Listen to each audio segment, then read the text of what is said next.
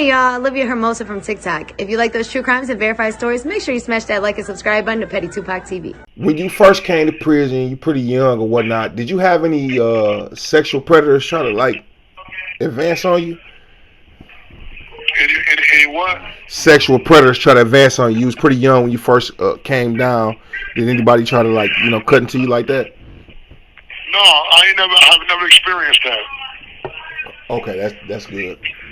Have you seen it around you in your environment? I have seen it around a lot.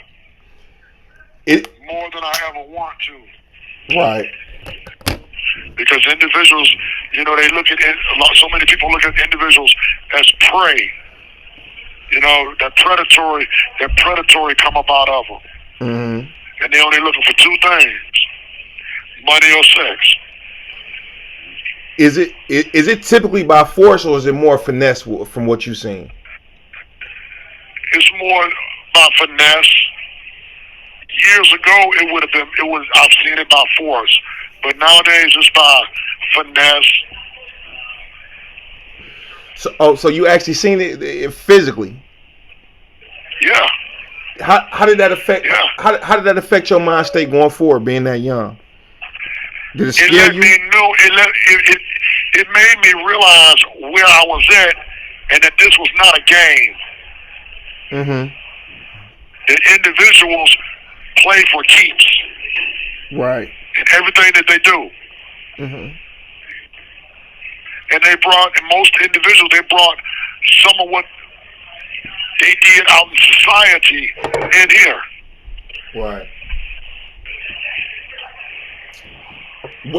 When you first, your first bit, how long did it take you to get to the Moorish Science Temple of America? Was it a journey? Was it your first bit, your second bit? What was it?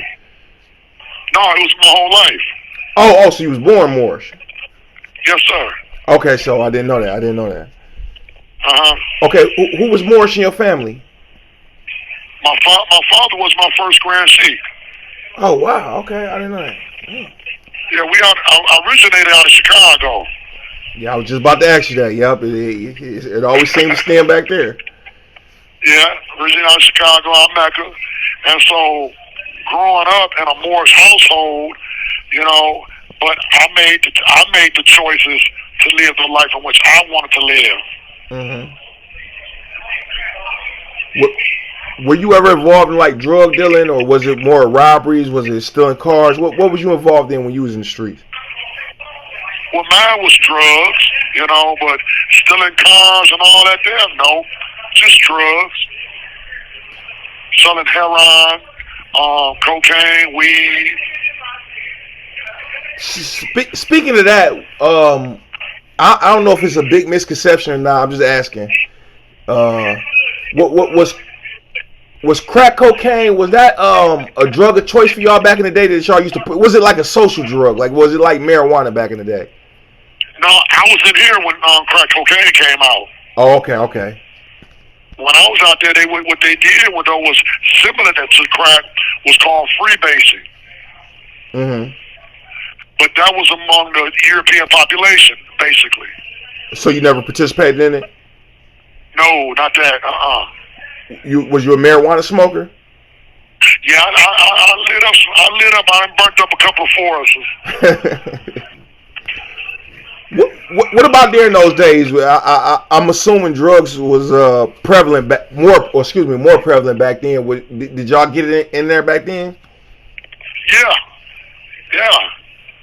Going to visit, move it through, sell it in here, make your money, so you can replenish your high. Because sometimes, truth be told, a person needs to escape this reality. Right. If they allowed a little marijuana and maybe some cigarette smoking, that'd alleviate a lot of stabbings. Sure would. It's just simple. Alleviate a whole. I say it's just simple. It's something simple. It is. It would alleviate a lot. Because and then you will have more individuals that's just laid back there. Mm-hmm. I want to jump off subject a little bit because this is a real trending topic out here. I'm gonna ask you this because you got the background. Okay. so on and so forth. You know, you got the stripes. If I'm in, if just for example, if I got life without parole in prison, and the feds came to me and said, "Hey, we can get you home. You got life without parole plus 30 in a 20 bit. If you close these cold cases for me, we get you out." And I tell them about murders that were committed by people that's already dead. Is that snitching in the old school book? I told them people that's dead. They dead. They gone. But it's still snitching. Oh. That ain't your business. That ain't your place. Because now you helping a system that eventually is going to incarcerate you anyway. Mm-hmm. It's still snitching. Hey, it's funny. I ain't got one person to phone on that question, man. Yeah. See, because you got to look at it like this right here. When you have lived in the underground, the underworld, we're going to view things different from a citizen. Mm-hmm. Now, from a citizen standpoint, they're going to help the police solve these murders. But a person who's going to live in the underground world, this is that's just being truthful. That's not none of my business. What right do I have to tell somebody about these cases, even though the individuals are deceased? Right. What good is it going to do anybody? Mm-hmm. Have you ever ran across Razor Bay? Yeah, I know him real good. Okay, yeah, I interviewed Razor. Johnny? He a prolific brother, man. He brought us something great up here. I don't feel like people out here appreciate him as well. He had to go through a lot to get his Grand Sheik title. But can you speak a little bit on Razor Bay and what he meant to the movement? Well, Razor Bay meant to the movement. He was one of the individuals that was instrumental in getting the Morris-sized Temple of America being placed in these institutions in Michigan. Mm-hmm. You know, and I think that was one of the most beautifulest things that could ever happen, because now individuals can find out who they are instead of being what they are told who they are. Mm-hmm. Because nationality is the first and foremost order of the day. It is the foundation of mankind. And we know that those who fail to proclaim their nationality is a slave in whatever land they find themselves in. And by him being instrumental in getting the Morris Temple of America established in these prison facilities here in Michigan was a good thing. And I honor him for that. Exactly. Give me your top 5 Grand Sheiks you served under. The top 5 for me? Yep, your top 5 favorites. Let me see here. Personal favorite, just W. Lyles Bay. Yeah, Lyles Bay. Daryl Smith Bay. Let me see. J. Razor Bay. Mm-hmm. Of course. E. Dowdy Hill. And I had to put my own name up in there. That's cool. That's cool. Yeah. How many times have you been Grand Sheik? Yeah. Let me see. Maybe about 60. Oh, damn. Yeah, most facilities that I go to, you know, either the Grand Sheik or Assistant Grand Sheik or the chairman.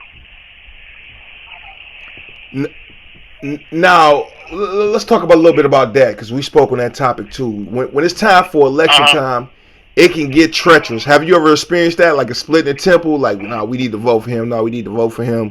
Yeah. Mm-hmm. Come August every year, because I call it campaign alley. That's when individuals like to campaign, but you shouldn't have to campaign. Your words, actions, and deeds should show everybody what you stand for. Right. And you should have been doing those actions all year long. So I never will campaign. I feel that if the membership wants me there, they will place me there. Mm-hmm. And if they place me there, I'm going to give them my best.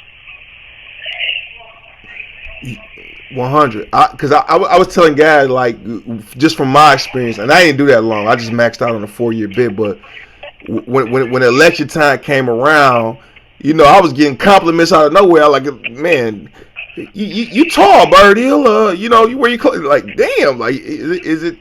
You don't have to campaign if we really want you there. But right, you don't. Mm-hmm. And I feel that I don't need a function in order to lead a group of Moors. Exactly. I can lead, I can do what I do from within the membership as well. It's just that I won't follow an idiot. Yeah. And so sometimes when I think that a person has accepted the nomination, and I know that he is not for the betterment of the temple, and someone nominates me, then I accept. Because I know that I'm going to outweigh his votes. Mm-hmm. Because we all know that Allah alone guides the destiny of this movement. And I've seen individuals get in the position of a acting grand sheik and do everything contrary. Right. And then I got to step up and be the bad guy and remove you from that function. Exactly. Nobody want to do that, but it got to be done sometime. Yeah, and I am that bad guy. Especially when I think that you try to lead everybody astray. Yeah, I heard your whole goal is financial. Right. Because we know that a lot of times the glory and the shame has been misplaced. Mm-hmm. What do you think about the current state of the Moorish Science Temple of America? I think that it needs some work, but I think also too the work is going to be done from individuals who come from within here. Mm-hmm. Facts. Because, and I know that within the last 5 years, brothers have gotten out of here who are dedicated to the movement, and I think that they are buying their time in order to, get their status regained back into society. And so I think within a few more years, we will see a lot of different changes. Right. Now, the temple, it got a bit of tarnish on its name, and I noticed that a lot of guys know about it for maybe not so good deeds that haven't even been to prison yet. As far as the homosexuality thing, can you explain to the people that just my perspective for what I think of it? I'm not saying that this is true or not. I'm just asking you.